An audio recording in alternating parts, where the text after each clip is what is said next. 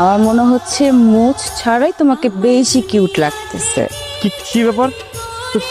তোমরা দুজনে একসাথে হলে কি হবে? মা, আমাকে বাঁচাও। কইছে কই পাতাছিস কেন? তুই তো বিয়া করছিস, তুই তো ফোন করস নাই। এরা দুইটা আজরাইল আমার জান কবজ করবে এখন। না কিছু করবো না, ওরা অনেক ভালো, ওগুলোকে আমার কথা হইছে। এত খাবার কেন? বাড়ি থেকে বিয়ে লাগছে নাকি কারো?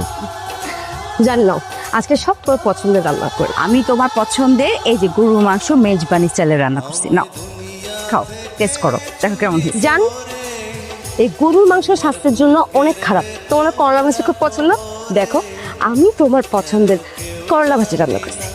একজন মানুষের পক্ষে এত খাবার খাওয়া সম্ভব? কি শুরু করছো তোমরা? খাবোই না আমি। তোমার জন্য আমার হাজবেন্ড আজকে না খেয়ে উঠে চলে গেল। তোমার জন্য আমি আমার জামাইকে খাওয়াতে পারলাম না। আহারে, আমি কত কষ্ট করে আজকে শাকসবজি রান্না করছিলাম যে আমার জামাইকে খাওয়াবো। বসে বসে জাবর কাটো এখন। কি তুমি কোথায় যাচ্ছ? এই, আমার জামাই আমার সাথে ঘুমাবে, তুমি আমার জান পাখিকে কোথায় নিয়ে যাচ্ছ? কোনো ঘুমি নাই কারোর সাথে, ঠিক আছে? ও আমার হাজবেন্ড, আমি ওর প্রথম ওয়াইফ, আমার অধিকার বেশি।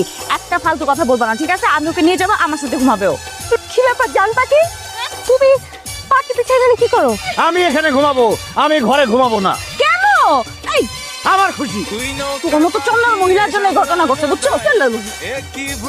ঠিক আছে, তুমি যদি এখানে ঘুমাও আমিও ঘুমাবো খোলা আকাশে। আমিও ঘুমাবো, কারণ স্বামী যেখানে তার স্ত্রীও সেখানে। দুই বউ নিয়ে দিন কেমন কাটছে? ও, দুই বউয়ের কথা আপনিও জেনে গেছেন?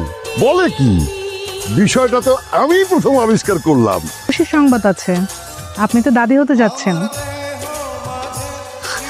আমি দাদি হবো, আমি দাদি হবো বাবা, আলহামদুলিল্লাহ।